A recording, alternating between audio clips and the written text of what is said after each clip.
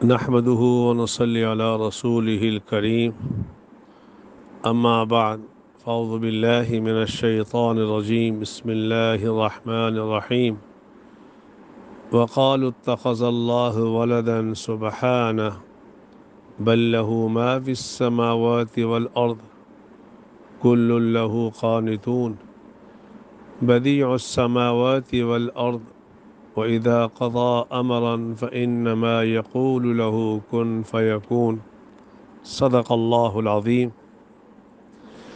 آج ہمارا سبق نمبر 59 شروع ہو رہا ہے۔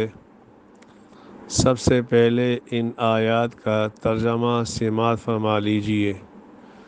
وقالوا اتخذ اللہ، اور کہا یہود و نصارہ اور مشرکین عرب نے، کیا کہا؟ اتخذ اللہ ولدا، کہ بنا لیا اللہ تعالیٰ نے اولاد۔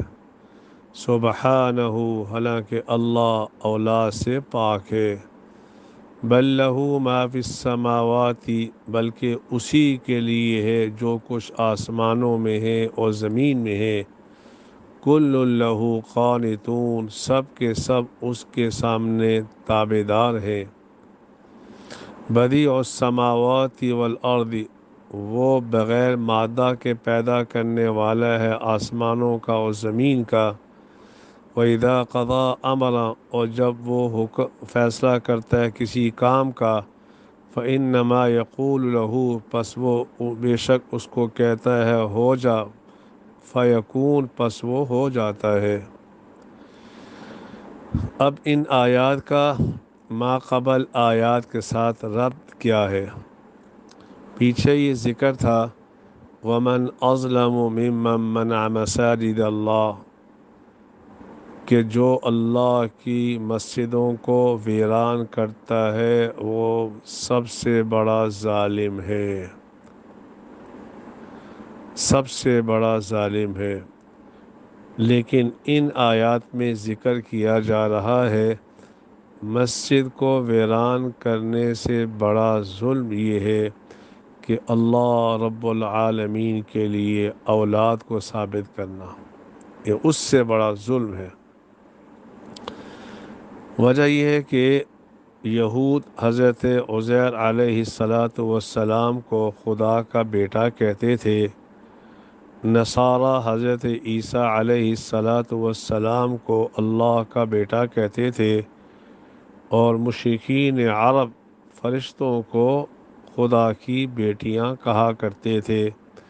تو اللہ رب العالمین نے تینوں کے نظریات کو باطل کرتے ہوئے فرمایا سبحانہ، کہ اللہ اس سے پاک ہے۔ سبحانہ، اللہ اس سے پاک ہے کہ اللہ کے لیے اولاد نہیں ہے۔ یہ بتاتا جاؤں، اللہ کے لیے اولاد کا ہونا عقلاً بھی ناممکن ہے، عقلاً بھی ناممکن ہے۔ وجہ اس کی یہ ہے اگر اللہ کے لیے اولاد یا بیٹا ہو تو بیٹا اپنے باپ کے مماثل اور مشابہ ہوتا ہے، مماثل اور مشابہ ہوتا ہے، جب کہ اللہ رب العالمین کی ذات ایسی ہے کہ اس کا کوئی مماثل مشابہ ہے ہی نہیں ہے۔ اور اگر ہم کہتے ہیں کہ اللہ کا بیٹا ہے لیکن وہ اللہ کی جنس میں سے نہیں ہے، تو اگر بیٹا ہو باپ کی جنس میں سے نہ ہو یہ تو عیب ہے، تو اللہ تمام عیوب سے پاک ہے۔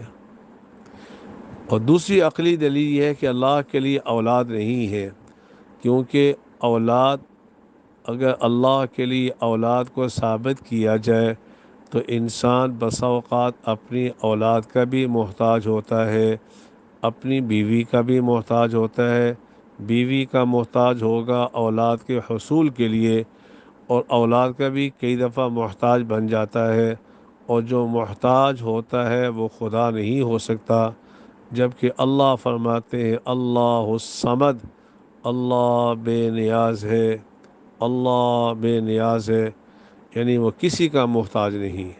تو اس لیے اللہ کے لیے اولاد کو ثابت کرنا جائز نہیں ہے۔ بل لہ ما فی السماوات والارض، بلکہ اسی کی ملکیت میں ہے وہ چیزیں جو آسمانوں میں ہیں، جو زمین میں ہے، ساری چیزیں اس کی مملوکہ ہیں۔ اللہ سب کا مالک اور خالق ہے۔ علامہ جلال الدین سیوطی رحمہ اللہ تعالی نے خلقاً و عبیداً کی بات نکالی ہوگی کہ سب اس کے غلام ہیں، کل لہ قانتون، سب کے سب اسی کے سامنے تابعداری کرنے والے ہیں۔ لیکن مفسرین نے عجیب نقطہ نقل کیا کہ کل لہ قانتون، سب کے سب اسی کے سامنے عاجزی کرنے والے ہیں، انکساری کرنے والے ہیں۔ بعض تو ایسے ہیں جو اللہ کے سامنے عاجزی اور انکساری کرنے والے ہیں اپنی خوشی کے ساتھ، جیسے کہ فرشتے ہیں، انبیاء علیہ الصلاۃ والسلام ہیں، مومنین اور صالحین ہیں۔ اور بعض ایسے ہیں کہ جو اللہ کے سامنے عاجزی کرنے والے ہیں جبراً و قہراً، جیسے کہ شیاطین ہیں، وہ بھی اللہ کے تابع ہیں لیکن جبراً، ایسے ہی کفار ہیں، اسی طرح فجار ہیں۔ کل لہ قانتون۔ بدیع السماواتی، اصل میں بدیع کہتے ہیں کسی چیز کو بغیر نقشے کے بنانا۔ اگر سیمپل موجود ہو پھر اس چیز کی کاپی کی جائے، اس کا بنانا آسان ہے۔ اگر کسی کا سیمپل ہی موجود نہ ہو، بغیر نقش و نگار کے، جس کا کوئی سیمپل ہو ہی نہ، پھر کسی چیز کو ایجاد کرنا، اس کو کہتے ہیں بدیع۔ تو بغیر مادہ کے پیدا کرنے والا ہے اللہ آسمانوں کا اور زمین کا۔ وَإِذَا قَضَىٰ أَمْرًا، اور جب وہ کسی کام کا ارادہ کرتا ہے، فَإِنَّمَا يَقُولُ لَهُ كُن، تو اس کے مادہ کو کہتا ہے ہو جا، فَيَكُون، پس وہ چیز ہو جاتی ہے۔